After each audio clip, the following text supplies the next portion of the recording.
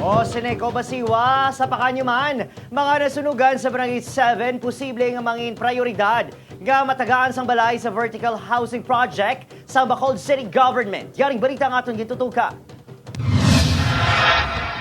Magluwas sa GIS, tub-tub 15,000 pesos ng ayuda para sa mga residente nga nasunugan sa Barangay 7, Bacolod City.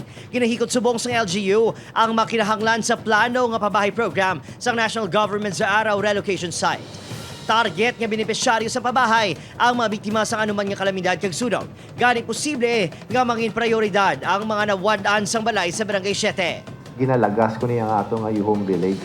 This is supposed to be the solution nga kung magpahalin ta sa ila, mayara sila better alternative. Kalabanan sang housing problem that is being provided sa ila is a relocation site nga kung isa hindi sila kauyon.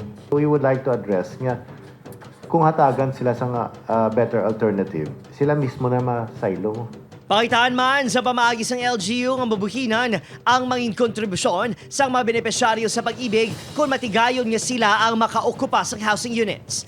Samtang, nagaugtas naman ang mga nabilin nga residente sa Barangay 7. Bangod halos tanan nga linya sang tubig sa barangay wala na nagatubod. Ini pagkatapos nga ilagin guba sa paglaom nga makabulig sa pagpalong sang kalayo. Sir, diregi pang utod na daw. Oh, gipauton nila ko. Oo, para makabulig kung tani. Kaso wala unod. Ikuan nila liwat nga mayo ang tubod ng tubig kaysa una baskog ding tubig mo ay gyud. Magluwa sa problema sa koneksyon sang tubig, nagayo man ang iban nga residente nga kayo na ang linya sang kuryente nga nadalahig sa nagluntad nga sunog.